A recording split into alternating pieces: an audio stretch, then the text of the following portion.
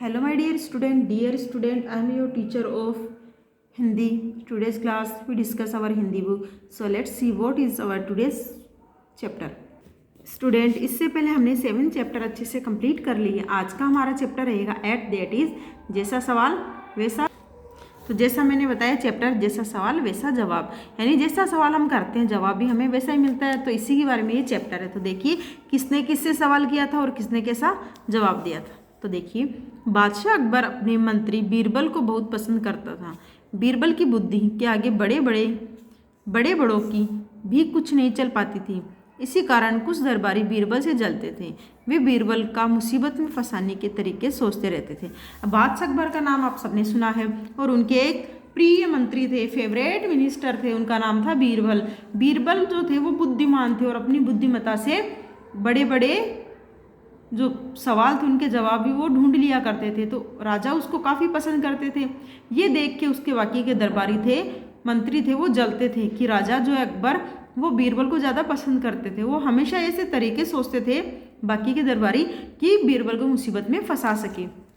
अकबर के एक खास दरबारी ख्वाजा सरा को अपनी विद्या और बुद्धि पर बहुत अभिमान था।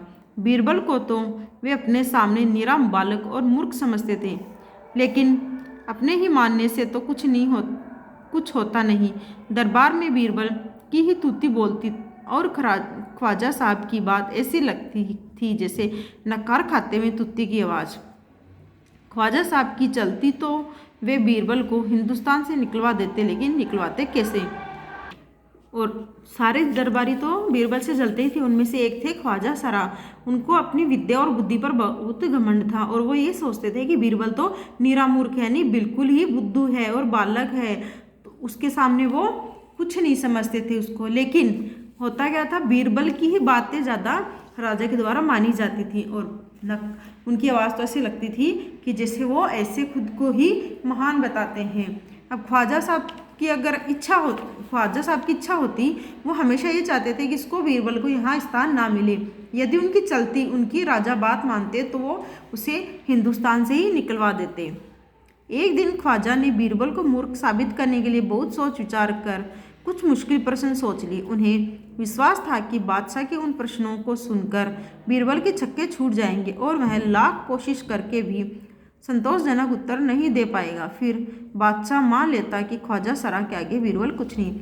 अब ऐसे उसके विचार चलते रहते, वो उनको राजा के दरबार से निकलवाने की कोशिशें करता रहता, लेकिन होता नहीं था।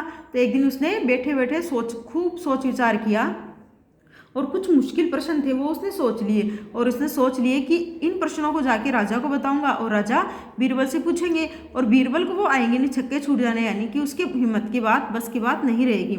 उन प्रश्नों के उत्तर बीरबल को नहीं आएंगे और ये सब होगा तब राजा उसको बीरबल को दरबार से निकाल देंगे और उसको ही सबसे महान मान लेंगे। ख्वाजा साहब अचकन पगड़ी पहनकर दाढ़ी सहलाते हुए अकबर के पास पहुंचे और सिर झुकाकर बोले, बीरबल बड़ा बुद्धिमान बनता है, आप भी उसकी लंबी चौड़ी बातों के धोखे में आ जाते हैं। मैं चाहता हूं कि आप मेरे 3 सवालों के जवाब पूछकर उसके दिमाग की गहराई नाप लें। उस नकली अक्ल बहादुर की कलई खुल जाएगी। अब गया और अपनी जो पगड़ी और अचकन यानी कुर्ता और अपनी पगड़ी पहनी और अपनी दाढ़ी को सहलाते हुए, दाढ़ी में हाथ फिराते हुए राजा के पास गया, अकबर के पास गया और सर झुका के बोला कि आप तो ये मानते हो ना कि बीरबल बहुत बुद्धिमान है और वो जो भी बातें आपको बोलता है आप उन बातों में आ जाते हो। आज मेरे पास 3 सवाल हैं। उन तीनों सवाल जो है आप बीरबल से पूछ के आप उसके दिमाग की गहराई माप सकते हो, यानी उसकी बुद्धिमत्ता आप जान सकते हो। ऐसे ही वो बुद्धिमान बनता फिरता है। तो आप उन सवालों के जवाब उनसे लोगे तो पता चल जाएगा कि उसकी जो नकली अक्ल बहादुर यानी उसकी जो नकली बातें हैं जो आपके सामने करता है, बहादुरी की नकली बातें, उसकी सारी पोल खुल जाएगी। कलई खुलना मीन्स पोल खुल जाएगी। ख्वाजा के अनुरोध करने पर अकबर ने बीरबल को बुलाया और उनसे कहा, बीरबल परम ज्ञानी ख्वाजा साहब तुमसे 3 प्रश्न पूछना चाहते हैं, क्या तुम उनके उत्तर दे सकोगे? अब ख्वाजा साहब ने उनको अनुरोध यानी कि ख्वाजा साहब के अनुरोध करने पे उन्हें विनती करी कि आप अकबर से विनती करी ख्वाजा साहब ने क्या बीरबल से पूछें। अब इतना सब बोलने के बाद में अकबर ने बीरबल को बुलाया और कहा कि बीरबल ये जो हमारे परम ज्ञानी सबसे ज़्यादा ज्ञानवान है हमारा ख्वाजा साहब, ये आपसे 3 प्रश्न पूछना चाहते हैं, क्या आप इनके उत्तर दे सकोगे? बीरबल बोले, जहाँ पना जरूर दूंगा, खुशी से पूछे। तो बीरबल का जवाब क्या था कि हाँ, मेरे को खुशी होगी कि मैं उनके जवाब दूंगा, आप मुझे खुशी से पूछ सकते हैं, यानी कि ख्वाजा साहब मुझे ये प्रश्न खुशी के साथ में पूछ सकते हैं। ख्वाजा साहब ने अपने तीनों सवाल लिखकर बादशाह को दे दिए। अकबर ने बीरबल से ख्वाजा का पहला प्रश्न पूछा, संसार का केंद्र कहाँ है? तो पहला प्रश्न क्या था कि संसार का सेंटर पॉइंट, संसार का केंद्र कहाँ है? बीरबल ने तुरंत जमीन पर अपनी छड़ी गाड़कर उत्तर दिया, यही स्थान चारों ओर से दुनिया के बीचों बीच पड़ता है। यदि ख्वाजा साहब को विश्वास न हो तो वे फीते से सारी दुनिया को नाप कर दिखा दे कि मेरी बात गलत है। अब उनका पहला प्रश्न था कि संसार का, दुनिया का केंद्र का कहाँ से ये बनना शुरू हुआ है? तो बीरबल ने क्या किया, उनके पास जो छड़ी थी वो तुरंत उसी वक्त ज़मीन में गाड़ दी, जैसे कि आपको दिख रहा है, और कहा कि यहाँ से दुनिया बनी है, ये दुनिया के बीच में केंद्र है। केंद्र का मतलब क्या होता है? बीच का बिंदु, यानी कि ये जो आपका गोल है, इसका जो मेन पॉइंट होता है ये होता है केंद्र। तो कहा, अपनी छड़ी गाड़ी और कहा यही केंद्र है, यहाँ इसके चारों तरफ से दुनिया बनी पड़ी है। और कहा, साथ ही कहा कि यदि ख्वाजा साहब को ये लगता है कि मेरा उत्तर गलत है तो वो फीता लेके जाए और पूरी दुनिया नापे और बता दे कि मैं गलत हूँ।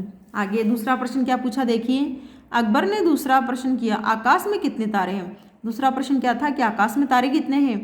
बीरबल ने एक भेड़ मंगवाकर कहा, इस भेड़ के शरीर पर जितने बाल हैं उतने ही तारे आसमान में। ख्वाजा साहब को इसमें संदेह हो तो वे बालों को गिनकर तारों की संख्या से तुलना कर ली।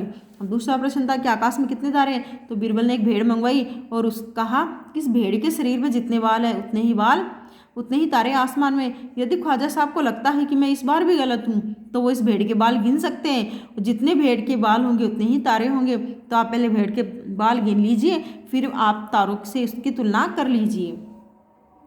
अब अकबर ने तीसरा सवाल किया, संसार की आबादी कितनी है? बीरबल ने कहा, जहाँ पना संसार की आबादी पल पल पर घटती बढ़ती रहती, क्योंकि हर पल लोगों का मरना जीना लगा ही रहता है।